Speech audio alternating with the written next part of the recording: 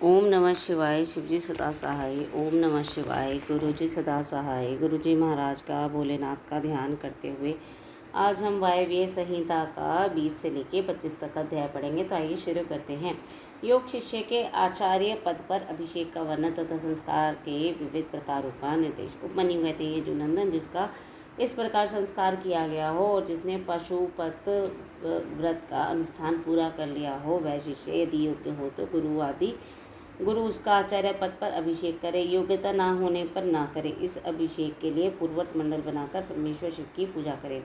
फिर पूर्वोक्त 5 कलशों की भी स्थापना करे। इसमें 4 तो चारों दिशाओं में हो और 5वां मध्य में हो। पूर्व वाले कलश पर निर्वर्ती कला का, पश्चिम वाले कलश पर प्रतिष्ठा कला का, दक्षिण कलश पर विद्या कला का, उत्तर कलश पर शांति कला का और मध्यवर्ती कलश पर शांत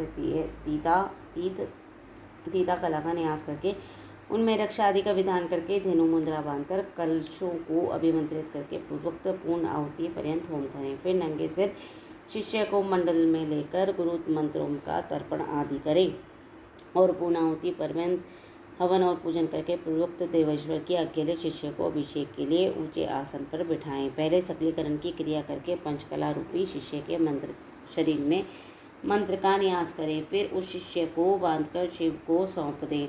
तदंतर निर्वर्ती कला आदि से युक्त कलशों से क्रमशः उठाकर शिष्य को शिव मंत्र से अभिषेक करें।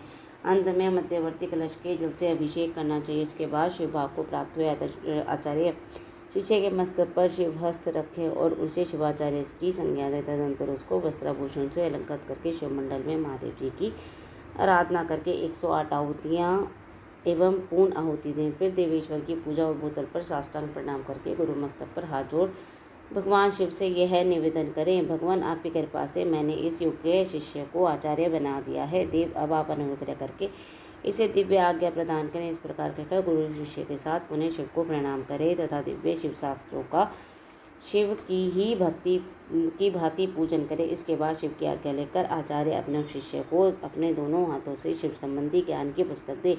फिर उस शिवागम विद्या को मस्तक रखकर फिर उसे विद्यासन पर रखे और यथोचित रीति से प्रणाम करके उसकी पूजा करे। तदंतर गुरु उसे राजोचित चिन्ह प्रदान करे क्योंकि आचार्य पदवी को प्राप्त हुआ पुरुष राज्य पाने के भी योग्य है। तत्पश्चात गुरु उन पूर्वाचार्यों द्वारा आचरित शिवश्रोक्त आचार का अनुशासन करे जिससे सब लोगों में सम्मान होता है।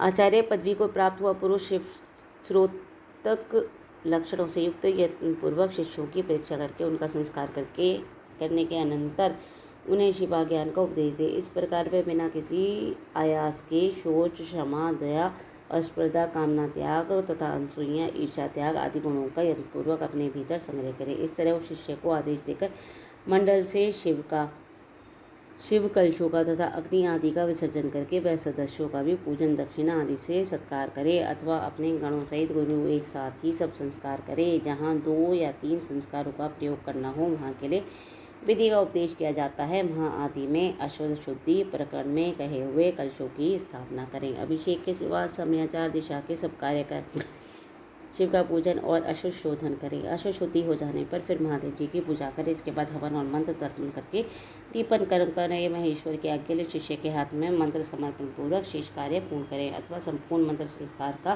क्रमशः अनुचिंतन करके गुरु अभिषेक पर्यंत अशुद्ध शुद्धि का कार्य संपन्न करें। महाशांतता आदि कलाओं के लिए जिस विधि का अनुष्ठान किया गया है वह सारा विधान 3 तत्वों की शुद्धि के लिए भी कर्तव्य है। शिव तत्व, विद्या तत्व और आत्म तत्व ये तत्व कहे गए हैं। शक्ति में पहले शिव का फिर विद्या का उसके बाद उनके आत्मा का आविर्भाव हुआ है। शिव में शांतिय तीता ध्रुवा व्याप्त है। इसमें शांतिय कलाध्वा, उससे विद्या कलाध्वा, विद्या से प्रतिष्ठा कलाध्वा और इसमें निर्वर्ती कलाध्वा व्याप्त है। शिव शास्त्र के पारंगत मनीषी पुरुष मूल मंत्रक शांभव शैव संस्कार को दुर्लभ मानकर शाक्त संस्कार का प्रतिपादन करते हैं। श्री कृष्ण इस प्रकार मैंने तुमसे संपूर्ण यह चतुर्विध संस्कार कर्म का वर्णन किया, अब तुम और क्या सुनना चाहते हो। इस प्रकार 20वां अध्याय समाप्त।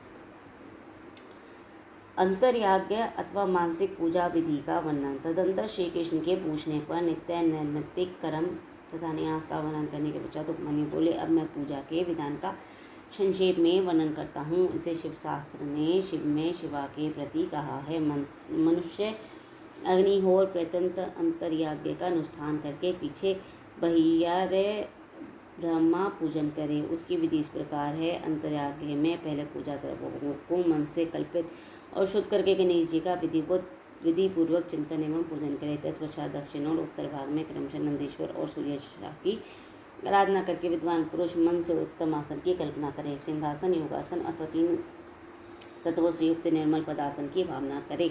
उसके ऊपर मनोहर सांब सदाशिव का ध्यान करे। में शिव समस्त संपू लक्षणों से युक्त और संपूर्ण अवयवों से शोभायमान है। में सबसे भरकर और समस्त आभूषण उनकी शोभा बढ़ाते हैं। उनके हाथ पैर लाल है। उनका मुस्कुराता हुआ कुंद और चंद्रमा के समान शोभा पाता है। उनके अंकांते शुद्ध और स्फटिक के समान निर्मल है। 3 नेत्र प्रफुल्ल कमल की भांति सुंदर हैं। 4 भुजाएं उत्तम अंग और मनोहर चंद्रकला के मुकुट धारण किए भगवान हर अपने 2 हाथों में वरद और अभय की मुद्रा धारण करते हैं और शेष 2 हाथों में मृग मुद्रा एवं टंक लिए हुए हैं। उनकी कलाई में सर्पों की कला कड़े का काम देती है। गले के भीतर मनोहर नीलचिन्ह शोभित होता है। उनकी कोई उपमा नहीं है। मैं अपने अनुगामी सेवकों तथा अवश्य उपकरणों के साथ विराजमान है। इस तरह ध्यान करके उनके वाम भाग में महेश्वरी शिवा का चिंतन करें। शिवा की अंकांति प्रफुल्ल कमल के दल के समान परम सुंदर है। उनके नेत्र बड़े बड़े हैं। मुख परम पूर्ण चंद्रमा के समान सुशोभित है। मस्तक पर काले काले घुंघराले के शोभा पाते हैं। में नील उत्पल दल के समान कांतिमती हैं। मस्तक पर अर्धचंद्र का मुकुट धारण करती हैं। उनके पीन पयोधर अत्यंत गोल घनीभूत ऊंचे और स्निग्ध है। शरीर का मध्य भाग कृश है। नितंब भाग स्थूल है। में महीन पीले वस्त्र धारण किए हुए हैं। संपूर्ण आभूषण उनकी शोभा बढ़ाते हैं। ललाट पर लगे हुए सुंदर तिलक का उनका सौंदर्य खिल उठा है। विचित्र फूलों की माला से गुम्फित केशपात उनकी शोभा बढ़ाते हैं। उनकी आकृति सब ओर से सुंदर और सुडौल है। मुख लज्जा से कुछ कुछ झुका है। में दाहिने हाथों में शोभाशाली स्वर्ण में कमल धारण किए हुए हैं और दूसरे हाथ में डंडी की भांति सिंहासन पर रखकर उनका सहारा ले उस महान आसन पर बैठी हुई हैं। शिवा देवी समस्त पाशों का छेदन करने वाली साक्षात सच्चिदानंद स्वरूपिणी है। इस प्रकार महादेवी का ध्यान करके शुभ और एवं श्रेष्ठ आसन पर संपूर्ण उच्चारों से युक्त भाव में पुष्प द्वारा उनका पूजन करें अथवा उपयुक्त वर्ण के अनुसार प्रभु शिव की मूर्ति बनवा लें। उनका नाम शिव या सदाशिव हो। दूसरी मूर्ति शिवा की होनी चाहिए। उनका नाम महेश्वरी, षड विशुद्धिका अथवा श्रीकंठ हो। फिर अपने ही शरीर की भांति मूर्ति में मंत्रान्यास आदि करके उस मूर्ति में सत असत से भरे मूर्तिमान परम शिव का ध्यान करें। इसके बाद ब्रह्मा पूजन से ही क्रम से मन से पूजा संपादित करें। तत्पश्चात संहिता और घी आदि से नाभि के होम की भावना करें। तदनंतर भूमध्य में शुद्ध दीपशिखा के समान आकार वाले ज्योतिर्मय शिव का ध्यान करें। इस प्रकार अपने अंग में अथवा स्वतंत्र विग्रह में शुभ ध्यान योग के द्वारा अग्नि में होम पैतन सारा पूजन करना चाहिए। वह विधि सर्वत्र ही समान है। इस तरह ध्यान में आराधना का सारा कर्म समाप्त करके महादेव जी का शिवलिंग में, वेदी पर और अग्नि में पूजन करें। इस प्रकार 21 से 23 अध्याय समाप्त। शिव पूजन की विधि उपमन्यु कहते हैं। यदुनंदन विशुद्धि के लिए मूल मंत्र से गंध चंदन मिश्रित जल के द्वारा पूजा स्थान का प्रोक्षण करना चाहिए। इसके बाद वहाँ फूल बिखेरें, अस्त्र मंत्र फट का उच्चारण करके विघ्नों को भगाएं। फिर कवच मंत्र होम से पूजा स्थान को सब ओर से अवगुंठित करें। अस्त्र मंत्र का संपूर्ण दिशाओं में न्यास करके पूजा भूमि की कल्पना करें। वहाँ सब और कुछ बिछा दें और प्रोक्षण आदि के द्वारा उस भूमि का प्रलक्षण करें। पूजा संबंधी आदि समस्त पात्रों का शोधन करके द्रव्य शुद्धि करें। प्रोक्षणी पात्र, अर्धपाद, पादपात्र और आचमनीय पात्र, इन चारों का प्रलक्षण, प्रोक्षण और वीक्षण करके इनमें शुभ जल डालें और जितने मिल सके उन सभी पवित्र द्रव्यों को उनमें डालें। पंचरत्न, चांदी, सोना, गंध, पुष्प, अक्षत आदि तथा फल, पल्लव और कुश, ये सब अनेक प्रकार के पुण्य द्रव्य हैं। स्नान और पीने के जल में विशेष रूप से सुगंध आदि और शीतल मनोज्ञ पुष्प आदि छोड़ें। वाद्य पात्र खश और चंदन छोड़ना चाहिए। आचमनी पात्र में विशेषतः जायफल, कंकल, कपूर, सहीजन और तमाल का चूर्ण करके डालना चाहिए। इलायची सभी पत्रों में डालने की वस्तु है। कपूर, चंदन कुशाग्र भाग अक्षर जो ध्यान तिल घी सरसों फूल और भस्म इन सबको अर्ध्यपाद में छोड़ना चाहिए। कुश फूल जो धान सहीजन तामल और भस्म इन सबका प्रोक्षीपात में परीक्षण करना चाहिए। सर्वत्र मंत्र न्यास करके कवच मंत्र से सब प्रत्येक पात्र को बाहर से आवेष्टित करें। तत्पश्चात अस्त्र मंत्र से उनकी रक्षा करके धेनु मुद्रा दिखाए। पूजा के सभी द्रव्यों का प्रोक्षी पात्र से जल से मूल मंत्र द्वारा प्रोक्षण करके विधिवत शोधन करें। शेष साधक को चाहिए कि अधिक पात्रों के न मिलने पर सब कर्मों में एकमात्र प्रोक्षी पात्र को ही संपादित करके रखे और उसी के जल से सामान्यतः अर्थ आदि दे। तत्पश्चात मंडप के दक्षिण द्वार में भक्ष्य भोज्य आदि के क्रम से विधिपूर्वक विनायक देव की पूजा करके अंतपुर के स्वामी साक्षात नंदी की भांति पूजा करें। उनकी अंकांति सुवर्ण में पर्वत के समान है। समस्त आभूषण उसकी शोभा बढ़ाते हैं। मस्तक पर बाल चंदन का मुकुट सुशोभित होता है। उनकी मूर्ति सौम्य है, तीन नेत्र और 4 भुजाओं से युक्त है। उनके एक हाथ में चमकता हुआ त्रिशूल, दूसरे में मृगी, तीसरे में टंक और चौथे में तीखा बेत है।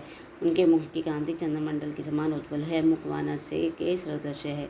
द्वार के उत्तर पार्श्व में उनकी पत्नी सुयशा है, जो मरुदगणों की कन्या है। वे संपूर्ण व्रतों का पालन करने वाली और पार्वती जी के चरणों का श्रृंगार करने में लगी रहती हैं। उनका पूजन करके परमेश्वर शिव के भवन के भीतर प्रवेश करें। उन द्रव्यों से शिवलिंग का पूजन करके निर्माल्य को वहाँ से हटा लें। तदंतर फूल धोकर शिवलिंग के मस्तक पर उनकी शुद्धि के लिए रखें। फिर हाथ में फूल लें और यथाशक्ति मंत्र का जप करें।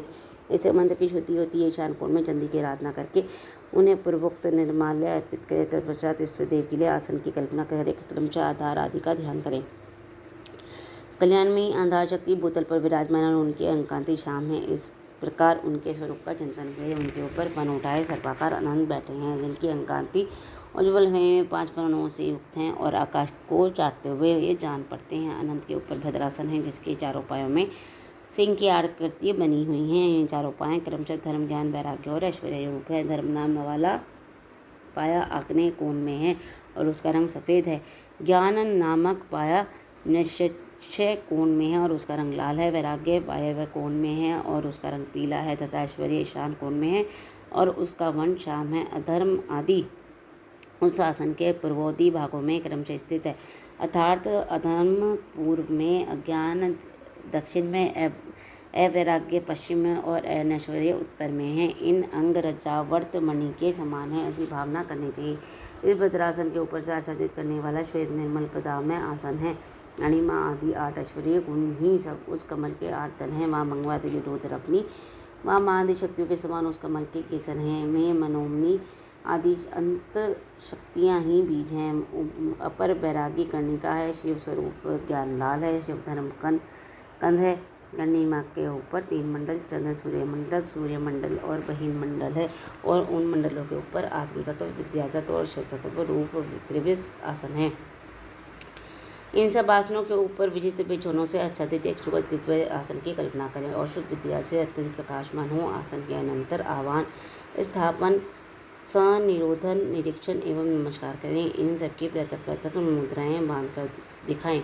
तदंतर पाद्य, आचमन, अर्घ्य, स्नानीय वस्त्र युग, विविध गंध, पुष्प, धूप, दीप, नैवेद्य और तांबुल देकर शिवा और शिव का शयन कराएं अथवा उपयुक्त आसन रूप से आसन और मूर्ति की कल्पना करके मूल मंत्र एवं अन्य ईशानादि ब्रह्म मंत्रों द्वारा सकलीकरण की क्रिया करके देवी पार्वती परम कारण शिव का आह्वान करें। भगवान शंकर शिव की अंकांति शिवस्फटिक के समान उज्ज्वल है। अविनाशी समस्त पापों के परम कारण, सर्वलोक स्वरूप, सबके भीतर बाहर विराजमान, सर्वव्यापी, अणु से अणु और महान से भी महान हैं। भक्तों को अनायास ही दर्शन देते हैं। सभी ईश्वर एवं अव्यय हैं। ब्रह्मा, इंद्र, विष्णु और रुद्र आदि देवताओं के भी अगोचर हैं। संपूर्ण वेदों के सार तत्व हैं। विद्वानों के भी दृष्टिपथ में नहीं आते हैं। आदि मध्य और अंत से रहित हैं। भव रोग से रहित प्राणियों के लिए औषध रूप हैं। शिव तत्व के रूप में विख्यात हैं और सबका कल्याण करने के लिए जगत में सुस्थिर शिवलिंग के रूप में विद्यमान हैं। ऐसी भावना करके भक्तिभाव से गंध, धूप, पुष्प और नैवेद्य इन 5 उपचारों द्वारा उत्तम शिवलिंग का पूजन करें। परमात्मा महेश्वर शिव का लिंगमयी मूर्ति के स्नान काल में जय जयकार आदि शब्द और मंगल पाठ करें। पंचगव्य, घी, दूध, दही, मधु और शंकरा के साथ फल मूल के सार तत्व से, तिल सरसों सत्तू के उपटन से, जौ आदि के उत्तम बीजों से, उड़द आदि के चूर्णों से और आटा आदि के आलेपन करके गर्म जल से शिवलिंग को नहलाएं। लिंग लेप और गंध के निवारण के लिए बिलपत्र आदि से रगड़ें। फिर जल में नहलाकर चक्रवर्ती सम्राट के लिए उपयोगी उपचारों से अतः सुगंधित तेल, फुलेल आदि के द्वारा सेवा करें। सुगंध युक्त वाला आंवला और हल्दी भी क्रमशः अर्पित करें। इन सब वस्तुओं के शिवलिंग अथवा शिव मूर्ति का भली भांति शोधन करके चंद्रमिश्रित जल, कुश पुष्पयुक्त जल, सुमन और रत्नयुक्त जल तथा मंत्र सहित जल से क्रमशः स्नान कराएं। इन सब द्रव्यों को मिलना असंभव न होने पर यथासंभव संगृहीत वस्तुओं से युक्त जल द्वारा अथवा केवल मंत्राभिमंत्रित जल द्वारा श्रद्धापूर्वक शिव को स्नान कराएं। कलश, शंख और वर्धनी से तथा कुश के तथा पुष्प से युक्त हाथ के जल से मंत्रोच्चारण पूर्वक इस देवता को नहलाना चाहिए। पवमान सूक्त, रुद्र सूक्त, नील रुद्र सूक्त, त्वरित मंत्र, लिंग सूक्त आदि सूक्त, अथर्वशीर्ष, ऋग्वेद, सामवेद और शिव संबंधी चानादि पंचमहामंत्र, शिव मंत्र और प्रणव से देवेश्वर शिव को स्नान कराएं। जैसे महादेव जी को स्नान कराएं उसी तरह महादेवी पार्वती को भी स्नान कराना चाहिए। उनमें दोनों में कोई अंतर नहीं है, क्योंकि वे दोनों ही सर्वथा समान हैं। पहले महादेव जी को उद्देश्य से स्नानादि क्रिया करके फिर देवी के लिए उन्हीं के देवादिदेव के आदेश से सब कुछ करें। अर्धनारीश्वर की पूजा करनी हो तो उनमें पूर्वापर का विचार नहीं है, अतः उनमें महादेव और महादेव जी के साथ साथ पूजा होती है। शिवलिंग में या अत्यंत मूर्ति आदि में अर्धनारीश्वर की भावना से सभी उपचारों का शिव और शिवा के लिए एक साथ ही उपयोग होता है। पवित्र सुगंधित जल से शिवलिंग का अभिषेक करके उसे वस्त्र से पोंछे, फिर नूतन वस्त्र तथा ये उपवित चढ़ावें। तत्पश्चात पाद आचमन, अर्थ, गंध, धूप, आभूषण, धूप, दीप, नैवेद्य, पीने योग्य जल, मुख शुद्धि, पुनराचमन, मुखवास और संपूर्ण रत्नों से जड़ित सुंदर मुकुट, आभूषण, नाना प्रकार की पवित्र पुष्प मालाएं, छिद्र, चवर, व्यंजन, ताड़का, पंखा और दर्पण देकर सब प्रकार के मंगलमयी वाद्य ध्वनियों के साथ इष्ट देव की निरांजना करें, आरती उतारें। उस समय गीत और नृत्य आदि के साथ जय जयकार भी होनी चाहिए। सोना, चांदी, तांबा और मिट्टी के सुंदर पात्र में कमल आदि में शोभायमान फूल रखें। कमल के बीज और तथा दही, अक्षत आदि भी डाल दें।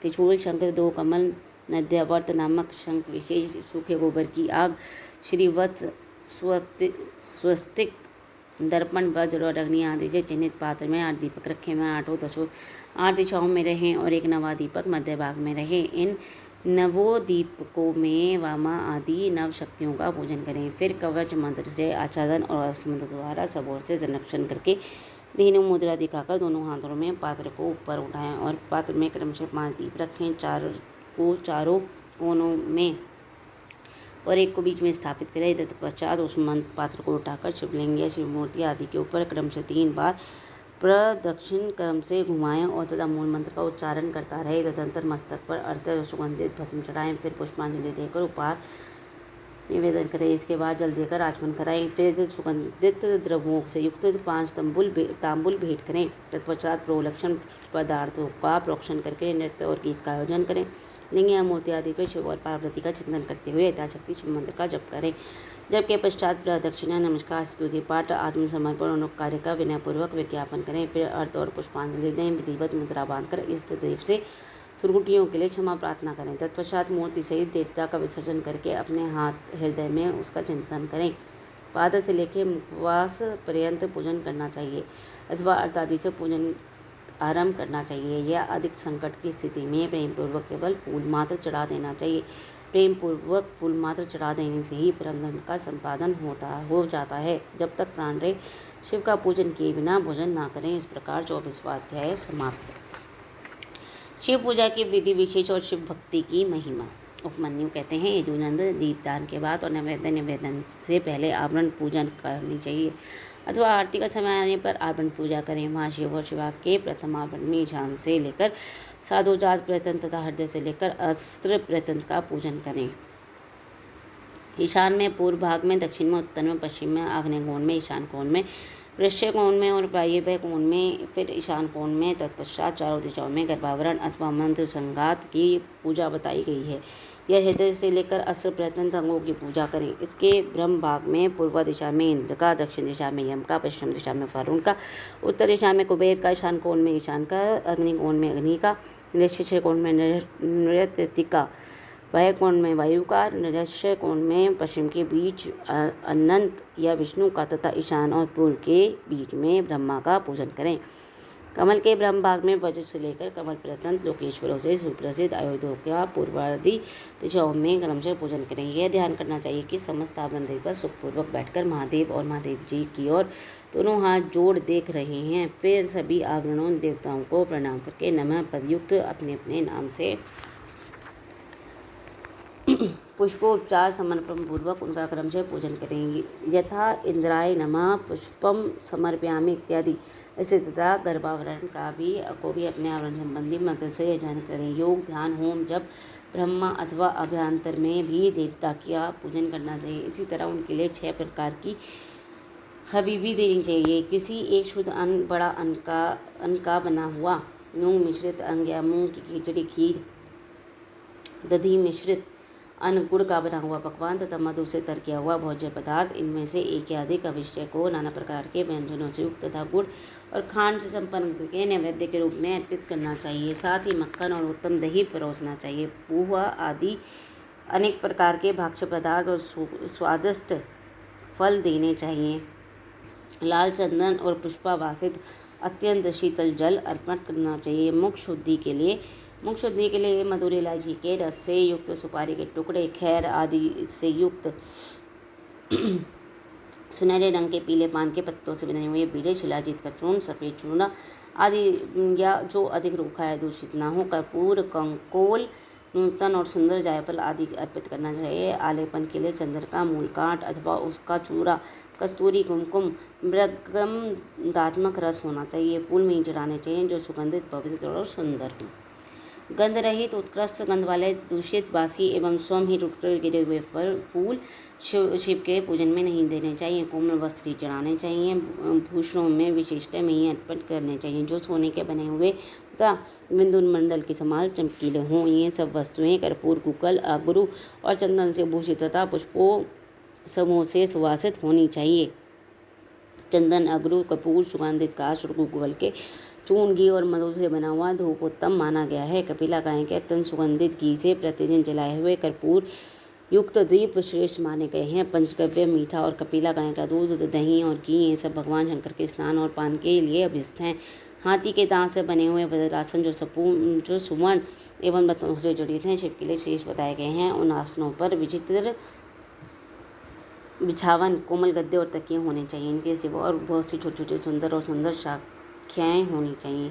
समुद्रगामिनी नदी और नद से लाया तथा कपड़े से छान कर रखा हुआ शीतल जल भगवान शंकर के स्नान और पान के लिए श्रेष्ठ कहा गया है। चंद्रमा के समान उत्पल छत्र जो मोतियों की लकड़ियों से सुशोभित, नवरत्न जड़ित, दिव्य एवं सुवर्णमय दंड से मनोहर हो, भगवान शिव की सेवा में अर्पित करने योग्य है। सुवर्ण भूषित दो श्वेत चवर जो रत्नमय दंडों से शोभायमान और 2 राजहंसों के समान आकार वाला हो, शिव की सेवा में देने योग्य है।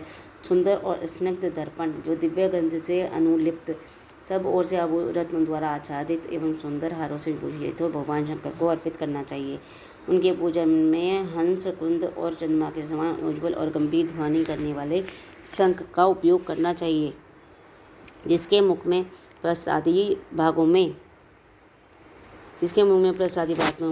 बातों में रत्न जड़े हुए हों, स्वर्ण रंग जड़े हुए हों। शंख के सिवा नाना प्रकार की ध्वनि करने वाले सुंदर कहाल वाद्य विशेष जो स्वर्ण निर्मित तथा मोतियों से अलंकृत हो बजाने चाहिए। इसके अतिरिक्त भेरी, मृदंग, मुरज, तिमिर्च और पटह आदि बाजे भी जो समुद्र की गर्जना के लिए ध्वनि करने वाले हों यत्नपूर्वक जुटाकर रखने चाहिए। पूजा के सभी पात्र और भांड भी सुवर्ण के ही बनवाए। परमात्मा महेश्वर शिव का मंदिर राजमहल के समान बनवाना चाहिए जो शिल्प शास्त्र में बताए हुए लक्षणों से युक्त हो। वह ऊंची 4 दीवारी से घिरा हो, उसका गोपुर उतना ऊंचा हो कि पर्वतकार दिखाई दे, वह अनेक प्रकार के रत्नों से आच्छादित हो, उसके दरवाजे से फाटक सोने का बना हुआ हो, उस मंदिर के मंडप में दबाए हुए सोने और रत्नों से सैकड़ों खंभे लगे हों, चंदोवे में मोतियों की लड़ियाँ लगी हुई हों, दरवाजे के फाटक में मूंगे जड़े गए हों, मंदिर का शिखर सोने से बने हुए दिव्य कलशाकार मुकुटों से अलंकृत हो, अस्त्र त्रिशूल के चिन्ह हों। न्यायोपार्जित द्रव्यों से भक्तिपूर्वक महादेव जी की पूजा करनी चाहिए। यदि कोई अन्यान्योपार्जित द्रव्य से भी भक्तिपूर्वक शिव जी की पूजा करता है तो उसे भी कोई पाप नहीं लगता, क्योंकि भगवान भाव से वशीभूत हैं। न्यायोपार्जित धन से भी यदि कोई बिना भक्ति के पूजन करता है तो उसे कोई फल नहीं मिलता, क्योंकि पूजा से ही सफलता में भक्ति का कारण है। भक्ति से अपने वैभव के अनुसार भगवान शिव के उद्देश्य से जो कुछ किया जाए, वह थोड़ा या बहुत करने वाला धनी हो या दरिद्र, दोनों का समान फल है। जिसके पास बहुत बड़ा धन है वह मानव भी भक्तिभाव से प्रेरित होकर भगवान शिव का पूजन कर सकता है, किंतु महान वैभवशाली भी यदि भक्तिहीन है तो उसे शिव का पूजन नहीं करना चाहिए। शिव के प्रति भक्तिहीन पुरुष यदि अपना सर्वस्व भी डाल दे तो उसे शिव आराधना के फल का भागी नहीं होता है, क्योंकि आराधना में भक्ति ही कारण है। शिव के प्रति भक्ति को छोड़कर कोई अत्यंत उग्र तपस्याओं और संपूर्ण महायज्ञों से भी दिव्य शिवधाम में नहीं जा सकता। अतः श्री कृष्ण सर्वत्र परमेश्वर शिव के आराधन में भक्ति का ही महत्व है। यह गुआ से ही गुहांतर बात है, इसमें संदेह नहीं है।